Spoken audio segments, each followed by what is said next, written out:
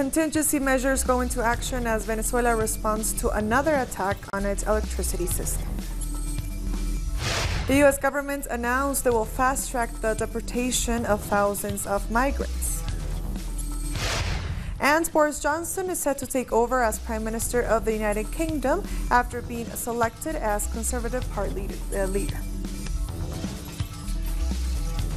Hello and welcome to Telesur English. I am Estefania Bravo. This is From the South.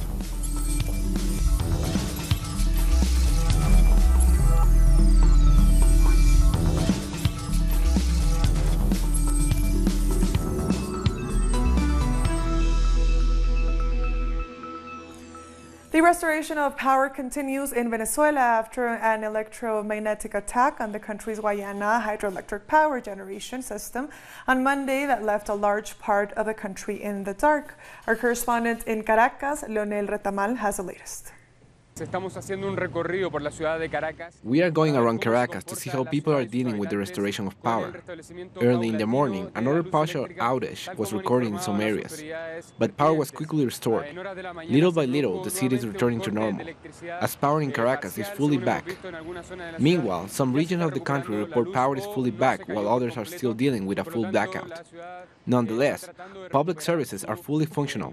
Banks are open, despite the fact that on Monday night, the communication minister announced all work and school activities would be suspended on Tuesday. Despite this, people have been coming out to find methods of transport to go to work and continue with their daily lives. We'll continue reporting from the streets of Caracas as power gradually returns to the entire country. After the power went out in Venezuela at around 4 p.m. local time, contingency plans were put in place to prioritize citizens' needs. In Caracas, alternative transport was provided for everyone who usually relies on the metro. This was a political sabotage, nothing else. They're trying to sabotage our government. They want to paralyze Venezuela, but they are not going to win. As Venezuelans, we are working people, and no matter what, we will move forward. In the face of this latest attack, the authorities put into motion a new system to return power to the country as soon as possible. The system that was first developed after the previous round of attacks in the power grid back in May. The Bolivarian government has implemented protection protocols, which allow us to confirm we are in the process of restoring power, and hope to finish doing so in the shortest time possible. As such, we have activated contingency plans to provide transport and water for all citizens, as well as to provide all necessary aid to hospitals and health centers. We have also deployed security forces to guarantee the peace and safety of all citizens. Power is being restored in stages across the country. As a precautionary measure, the government canceled school and work on Tuesday. So far, this is the fourth electromagnetic attack against Venezuela's power grid. Back in March, Venezuela suffered a massive blackout as most of the country went dark for 11 days in a row. Following an investigation, the government provided proof that this had been a coordinated attack on the Guri hydroelectric plant. The government of the United States has announced it will fast-track the deportation of migrants without allowing them to appear before a judge. The new regulation will apply to any person living in the U.S. without papers for less than 2 years. Human rights groups say that up to 300,000 people could be targeted under the plan. The move has been condemned as a violation of rights and would rip apart thousands of families, devastating entire communities. The Donald Trump administration is keen to be seen as tough on migration. And the U.S. president has threatened to punish Guatemala with tariffs and taxes on its remittances after it allegedly backed away from an immigration agreement. Via Twitter, Donald Trump accused the Guatemalan government of breaking its initial promise to sign a safe third country agreement. That would mean that migrants from other Central American countries who pass through Guatemala would have to seek asylum there. Mexico has refused a similar agreement. And as the immigration crisis in the U.S. worsens, it has been now 45 days since the Mexican government signed an agreement with the U.S. on curbing the flow of migration towards its northern border. On Monday, authorities provided a report on the advances made during the past few weeks. In 45 days, Mexico's government has reduced the number of migrants entering the country through its southern border by 36%. These migrants mostly come from Central American countries like Honduras, Guatemala, and El Salvador, with high hopes of seeking asylum in the United States. The measures Mexico has taken were according to its own laws and policies, and they are proved to be effective. We have been able to address the issues of letting people passing through our territory, but only those who are doing so according to our policies. President Andrés Manuel López Obrador says he will maintain the current migratory plan, which includes the deployment of the National Guard at several border points. We believe the best is to keep the flow of migrants organized in a way that we can care for the migrants and respect their human rights. And we will do so little by little because it's not easy to solve the issues behind migration. This report comes just a day after U.S. Secretary of State Mike Pompeo visited Mexico, and 45 days after the Mexican government signed a migration deal with the United States in order to avoid an initial 5% of U.S. tariffs on Mexican exports. There was no discussion about the third safe country, which I insist is a proposal that was on the table, because in those days it was a very difficult situation, but we did not accept it. The Mexican government's short-term plans for migration include investments for migration centres and also continuing with the development plans for Central American countries like Guatemala, El Salvador and Honduras. Actually, this is not going to stop migration, but will simply change a little the number we have seen so far in terms of forced migration. And I'm not talking about the last few months, which is a more evident migration, but something that has been going on for at least 15 years. While operations to stop human trafficking continue as well, trucks filled with undocumented people are not uncommon on the roads. And in these cases, Mexican authorities say that not only the drivers will be investigated, but also the owners of the vehicles used for human trafficking. Moving on, the president of the Dominican Republic, Danilo Medina, has announced that he won't modify the country's constitution to be able to seek re-election in 2020 for the third time. This comes after months of protests against the constitutional reform. When I reach the end of my second term and leave my post as president, I want to be able to go on the streets and walk like an average citizen, and look people in the eye with the peace of mind of someone who fulfilled his duty with honesty and humility. The Jamaican Justice Minister Delroy Chuck has said the government is expanding efforts to ensure witness protection by providing two buses to assist in securing testimony. The details have been worked out at a witness care conference. Chuck said that the mission of the ministry is to create a first-class justice system for all. The ministry is investing in technology, including digital audio and video facilities, to limit witness intimidation. And staying in Jamaica, Prime Minister Andrew Holness is celebrating his 47th birthday. Holness has been surprised by his cabinet to mark the occasion. He said that he is grateful for the opportunity to continue to serve the people of Jamaica. We'll be back very soon. Stay with us.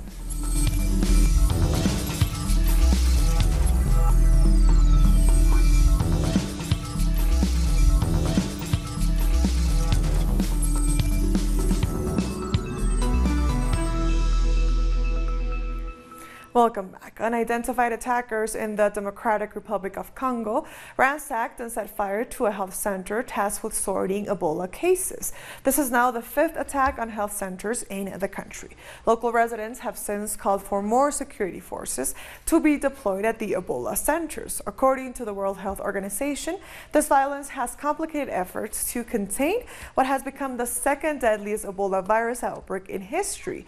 Over 2,500 cases have been reported, with about 1,700 deaths since the outbreak began last August. We were getting a lot of sick people. This whole community was coming to get treatment here, with 20 to 25 patients a day. Let the government ensure the safety of its health workers. The authority of the state must be restored in this environment that is beyond the control of the government.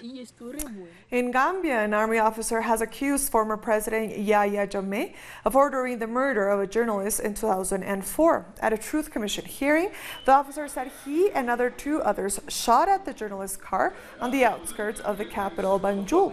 He added that Jamal later gave him an envelope with dollars inside and a note which read, "Sign of appreciation from the big man." Daida Hidara, the former editor of the Point newspaper and a correspondent for AFP, was reportedly killed for writing about rampant corruption during Jammeh's rule. The former president has denied the killing, saying that Hidara's love life had led to the murder. I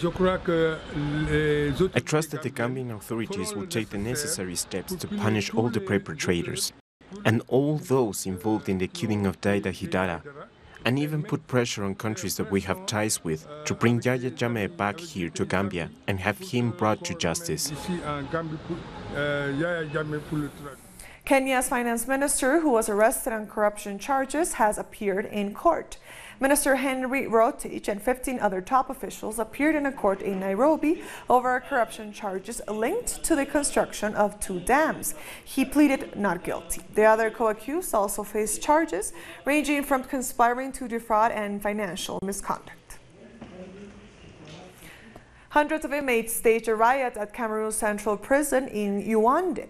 Many detainees, largely from 2 Anglophone regions of Cameroon, say they are illegally detained and have called on the international community to intervene. Police stormed the prison and used tear gas to disperse the prisoners, injuring several. The Kondugi maximum security prison is where the vast majority of Anglophone activists from Cameroon's 3-year-long crisis are kept. Here to make sure that the Ethiopian government is considering replacing the Boeing plane company with the French Airbus. Following the Ethiopian Airways plane crash and the grounding of the Boeing 737 over safety issues, the African country has turned to its French rival, Airbus. The 2 countries discussed the deal during the state visit to Ethiopia by the French finance minister. We are in the process of reinforcing the cooperation between Ethiopian Airlines and Airbus. I think this is one of the very concrete signals of our willingness to reinforce the economic cooperation between our 2 countries. We'll take a short break now. Don't go away.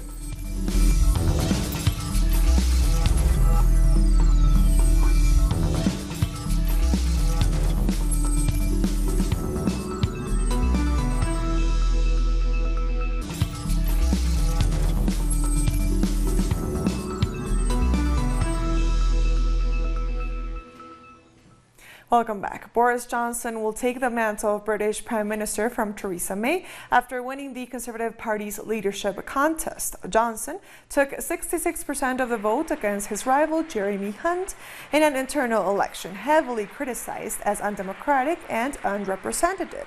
Unlike in a general election, only members of the Conservative Party participated to choose who would lead the United Kingdom. The Conservative Party membership has an average age of 57. Around 160,000 votes were cast, with Johnson's support limited to fewer than 100,000 people. We're going to get Brexit done on October the 31st. We're going to take advantage of all the opportunities that it will bring in a new spirit of can-do. And we are once again going to believe in ourselves and what we can achieve. And like some slumbering giant, we are going to rise and ping off the guy ropes of self-doubt and negativity. A number of high-profile ministers, including Finance Minister Philippe Hammond, have announced their intention to resign before Johnson takes office in protest at his intention to take the UK out of the European Union without a deal. The Conservative Party remains split on Europe, despite ostensibly being the party of Brexit. So Boris Johnson is already facing resignations from some Conservative ministers. We asked Telesur's political analyst Tariq Ali whether the new Prime Minister might be forced to call early elections. That will depend on how the Conservative Party weathers the storm. Brexit, of course, is the key issue. If Boris goes for a no-deal Brexit, which some of his supporters want, he will lose the confidence of many Conservatives who could then vote against him in Parliament, triggering a general election. If he doesn't go for a no-deal Brexit, but effectively accepts a slightly amended version of Theresa May, his predecessor's deal with the EU, the hardcore Brexiters will give him a lot of trouble. So I think what we have to understand is that despite this farce and so-called show of unity, the Conservative Party, the traditional ruling class party of Britain, is deeply split and divided. And 51% of Boris's supporters in the Conservative Party have said they want a no-deal Brexit, they will go with him, and if the Conservative Party splits, so be it. So it's nothing for him to boast about. The other thing he is promising is to defeat Jeremy Corbyn. And I have to say this, that the coverage on the BBC has been appalling. Instead of getting a supporter of the Labour Party leadership to take this on, they find some old Blairites who hate Corbyn almost as much as Boris Johnson and put them on the screen and then pretend that this is a sort of objective discussion.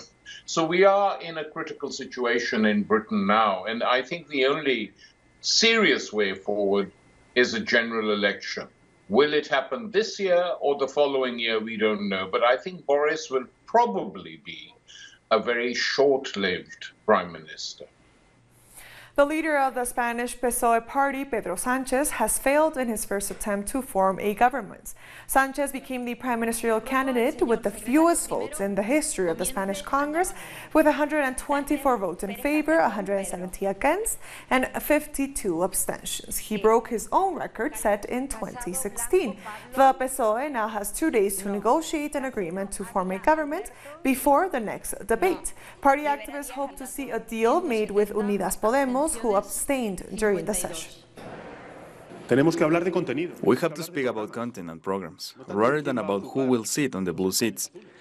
The ministers who sit on the bench won't be from PSOE or Unidas Podemos.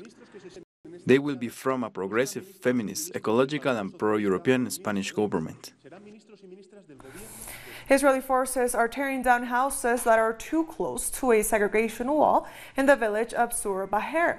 16 residential buildings have been targeted to the south of Arab Jerusalem, holding around 100 apartments. Israel proceeded with the demolition despite international criticism after the Israeli Supreme Court agreed with the military that the buildings pose a security risk.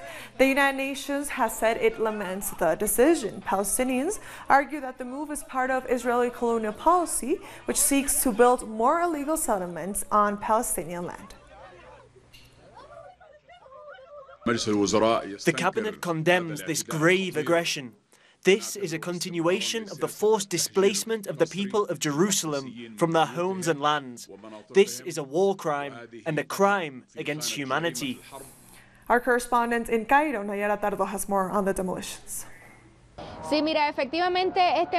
This Tuesday, the Arab League put out a statement condemning the Israeli demolition campaign against Palestinian homes in Sur Baher, on the edge of East Jerusalem. The Assistant General Secretary of the Arab League for Palestinian Affairs, Saed Abu Ali, said that this campaign is part of Israel's policy to expand the illegal Jewish settlements in Palestinian territory. The United Nations, during a meeting of the Security Council, also discussed the situation and called on Israel to halt the demolition immediately. The UN Secretary General, Antonio Guterres, gave his backing to the declarations by the UN Humanitarian Coordinator in Palestinian territories, Jamie McGoldrick, who sharply criticized the demolitions.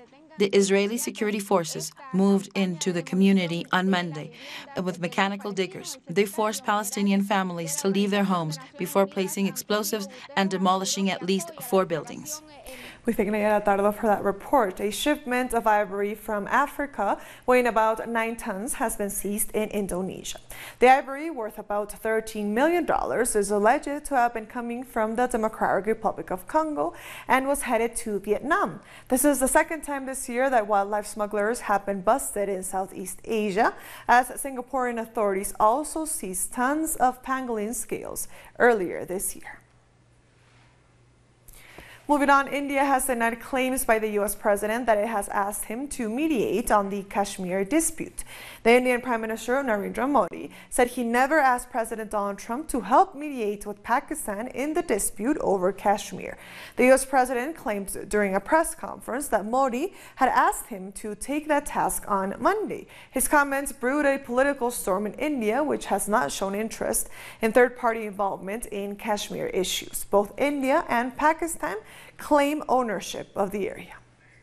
No such request was made by the Prime Minister to the US President. I would also reiterate that it has been India's consistent position that all outstanding issues with Pakistan are discussed only bilaterally. I would further underline that any engagement with Pakistan would require an end to cross-border terrorism. Sir, let me conclude by emphasizing that the Shimla Agreement and the Lahore Declaration provide the basis to resolve all issues between India and Pakistan bilaterally. I hope, in the view of my very specific and categorical responses, that there is no confusion in the mind of anybody on this. And with that story, we've come to the end of this news brief. These and other stories, as always, find them on our website at telesurenglish.net. And also join us on social media. We are on Facebook, on Twitter, and on Instagram. For Telesur English, I am Estefania Bravo. Thank you for watching.